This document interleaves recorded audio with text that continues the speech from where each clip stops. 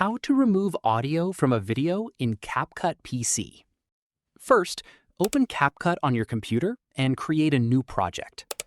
Click Import, select the video you want to edit, and drag it onto the timeline. There are two easy ways to remove the audio. The first method is to extract the audio.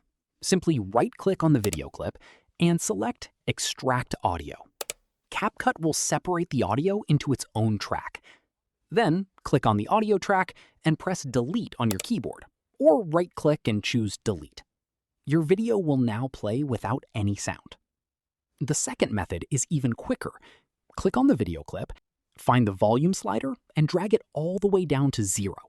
This mutes the video without separating the audio track. Once you're happy with the result, preview your video to make sure the audio has been removed. Finally, click Export, choose your preferred settings, and export. That's how you can remove audio from a video in CapCut PC. If you found this tutorial helpful, don't forget to like the video and subscribe for more CapCut tips and step-by-step editing tutorials. Thanks for watching.